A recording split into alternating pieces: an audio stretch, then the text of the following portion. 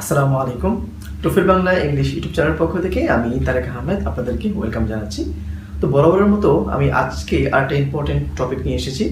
এটা হচ্ছে নর্মালি যে সমস্ত কিছু কিছু ওয়ার্ড আছে ইংরেজি মানে ল্যাঙ্গুয়েজের মধ্যে, যেগুলো কোনো সিঙ্গুলার হয় কিন্তু প্লুরাল হয় না, মানে আনকাউন্টেবল যেগুলোকে আমরা নর্মালি বলি আর কি, যেগুলোকে আমরা অ্যাজ বা ইয়েস যোগ করে কখনো প্লুরাল করতে পারবো না। তো এমন 10টা ওয়ার্ড আমি আজকে আপনাদের সামনে উপস্থাপন করব।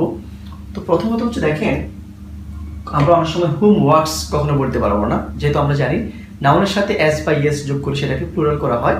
তো যেহেতু হুম ওয়ার্কস কখনো হবে না, সেটা আমাদেরকে বলতে হবে হুম ওয়ার্ক। সেই একইভাবে অ্যাডভাইসেস কখনো হবে না, আমাদেরকে বলতে হবে অ্যাডভাইস। সেই একইভাবে ফিডব্যাকস কখনো হবে না, হবে হচ্ছে ফিডব্যাক। মানিস কখনো হবে না, হবে হচ্ছে মানি। ব্রেডস কখনো হবে না, হবে হচ্ছে ব্রেড। আর ফার্নিচার্স কখনো হবে না, হবে হচ্ছে ফার্নিচার। আর হচ্ছে রিচার্জেস কখনো হবে না, হবে হচ্ছে রিচার্জ। আচ্ছা, এখানে আমি প্রথমেই এটা লিখতে বলে গিয়েছিলাম, তো সেই ক্ষেত্রে ব্রেডস ব্রেড হবে। আচ্ছা, আমরা কখনো এভিডেন্সেস বলতে পারবো না, এখানে আমাদেরকে প্রসেস করতে হবে। আর এটা হচ্ছে এভিডেন্স আমাদেরকে বলতে হবে। সেম একইভাবে আমরা কখনো প্রোগ্রেসেস বলতে পারবো না, আমাদেরকে বলতে হবে প্রোগ্রেস।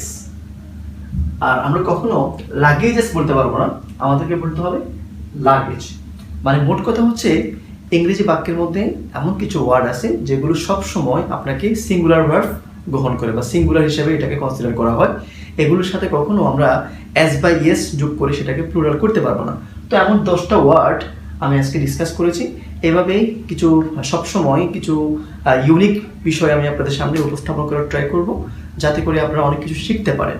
তো আজকে এ পর্যন্ত থাকুক, সবাই ভালো থাকবেন, সুস্থ থাকবেন। আর যদি আমার চ্যানেলটা আপনাদের ভালো লাগে থাকে আর কোনো উপকার আসে আপনাদের আমার পেজ থেকে, তো সেক্ষেত্রে আপনারা আমার চ্যানেলটাকে বা পেজটাকে আপনারা লাইক, সাবস্ক্রাইব আর হচ্ছে ফলো করতে পারেন।